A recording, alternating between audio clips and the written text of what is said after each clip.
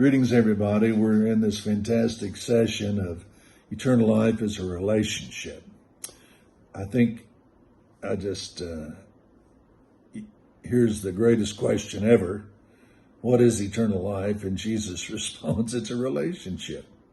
This is eternal life, that you would know the one true God and Jesus Christ, whom he had sent, who has basically done all the things that we can be in this relationship.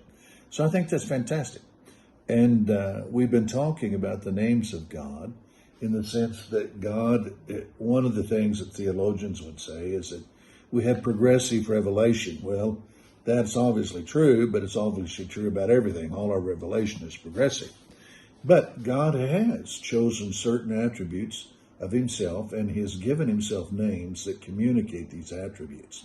In the end, after we've lived a few years, our name carries significance because of who we are and what we do.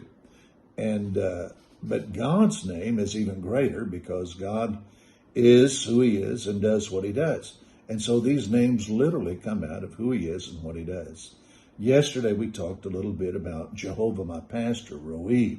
And if you want to go back and jump into Psalms 23, you ought to meditate on that as we go. But the whole thing that I wanted us to grab hold of yesterday was that my life has divine guidance, and your life has divine guidance too.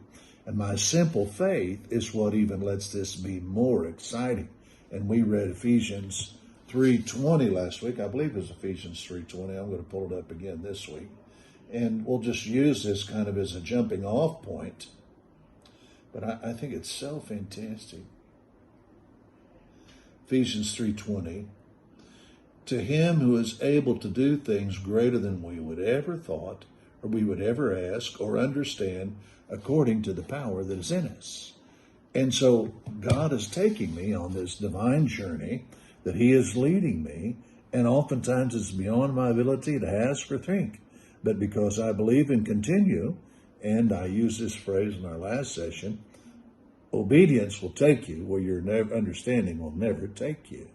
And so because of our obedience of simple faith, what happens? Wow, we end up participating in divine guidance.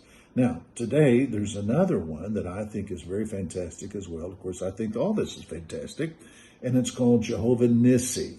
And this Nissi is the word Jehovah, my banner.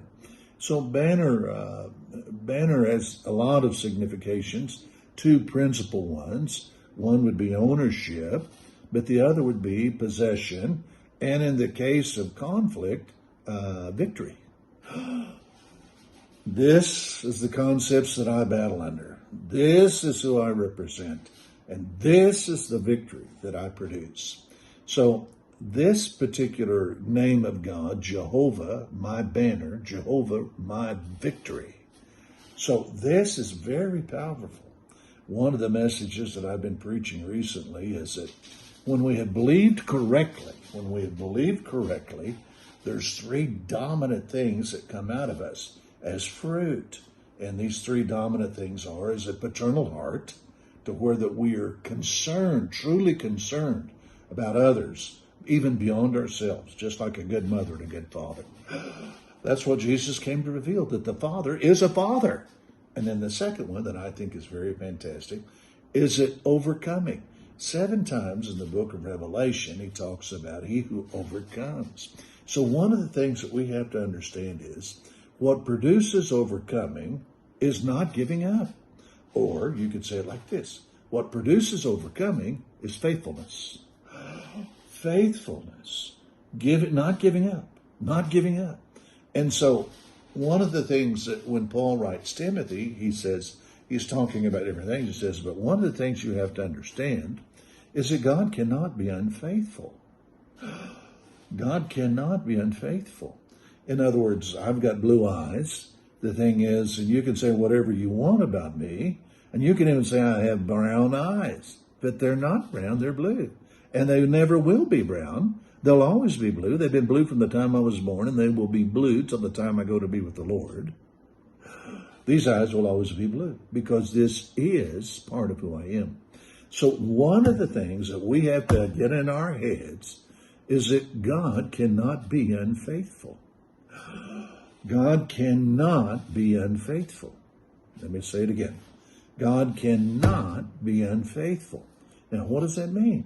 Well, when you did this exchange, when you were included in what Christ did, and when he came and began to live in you, and his Spirit dwells in you, this attribute, not only of a paternal heart, but this attribute, not only a maternal, paternal heart, a big brother, a big sister, but this attribute of what else?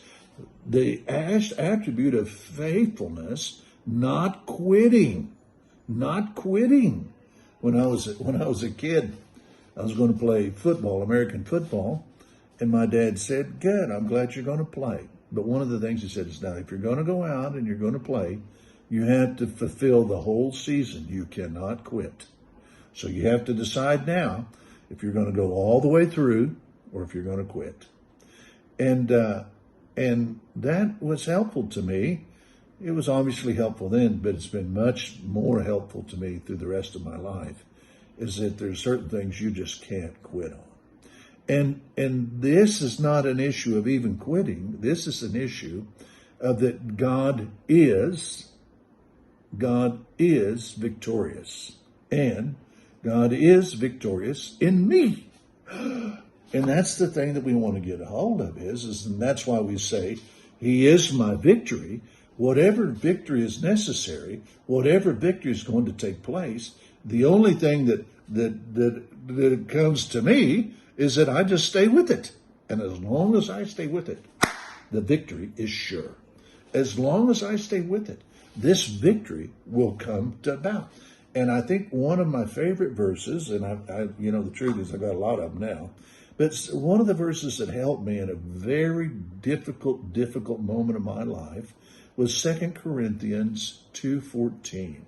And basically, I'm going to paraphrase it, but it says, God always leads me in triumph. And that was, and when I realized, because as the Lord spoke this verse to me, I was at a very difficult moment. And the thing is, and he brought this verse to my attention, is that, and what he made me understand is that if you'll stay with it, the end of this will be triumph. You will not go under. The end of this will be triumph.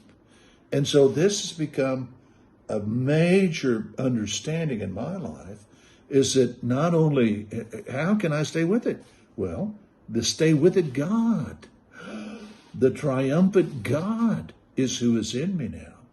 And just like him, there's a whole lot of things, that he is and that he would do and he might not do. But one of the things that he will not do is not be faithful. And so one of the things that I've understood now, that God is in me. So not only is he faithful to me, not only is he going to produce victory with me, I'm walking with him in that victory. And I think this is really important that you understand that this is who is in us and this is what he's producing. Wow. I'm Richard Hayes, and this is richardhayes.org, and I'm really glad you're with us here. And we're just going to keep producing these good understandings that help us in our relationship with the Father.